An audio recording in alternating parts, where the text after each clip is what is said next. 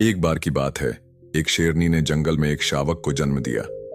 जैसे ही उसने बच्चे को जन्म दिया, उसी वक्त उसकी मौत हो गई। उस समय एक झुंड भेड़ों का वहां से गुजर रहा था और शावक, जो कि गलती से अकेला और कंफ्यूज था, उन भेड़ों के साथ चलने लगा। भेड़ों के बीच रहकर शावक ठीक वैसा ही बर्ताव करने लगा। उसने कभी मांस नहीं खाया और घास चबाने लगा। उसे ये नहीं पता था कि शेर कैसे होते हैं और उसने कभी दहाड़ने की कोशिश भी नहीं की। भेड़ों के बीच रहकर वो खुद को भी एक भेड़ समझने लगा। समय गुजरता गया और शेर का बच्चा एक युवा शेर में बदल गया, लेकिन उसे अभी भी ये यकीन था कि वो एक भेड़ है। एक दिन एक बूढ़ा शेर ने युवा शेर को देखा और अपनी आंखों पर विश्वास नहीं कर पाया। वो इस बात से हैरान था कि एक युवा शेर भेड़ों के साथ क्यों घूम रहा है।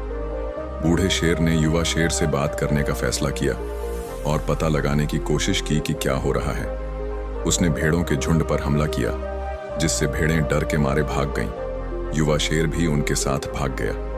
थोड़ी दौड़ भाग के बाद बूढ़ा शेर युवा शेर तक पहुंच गया। युवा शेर कांपते और रोते हुए बोला, कृपया मुझे जाने दो, मैं तो बस एक आम भेड़ हूं। पुराना शेर हैरान रह गया और समझ गया कि क्या हो रहा है।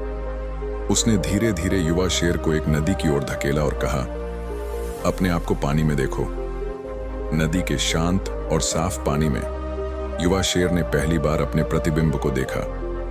वो भेड़ की तरह नहीं दिख रहा था, वो तो एक शेर की तरह दिख रहा था। उस पल युवा शेर को सच्चाई का एहसास हुआ। वो असल में एक शेर था, नए ज्ञान से भरा हुआ। उसने एक जोरदार दहाड़ लगाई जो पूरे जंगल में गूंजी। उस दहाड़ ने युवा शेर को उसकी असली पहचान और ताकत को पहचानने में मदद की। इसमें एक ऐसी ताकत का अनुभव हुआ जो पहले कभी नहीं हुई थी। भेड़ की तरह जीना उसकी असली जिंदगी नहीं थी, बस ये एक मानसिक जाल था। ये कहानी एक गहरा संदेश देती है, उस झूठी कमजोरी को छोड़ दो जो समाज ने तुम में भर दी है। तुम इस कहानी के शेर की तरह हो, डरावने लोगों की भीड़ में मानसिक रूप से फंसे हुए।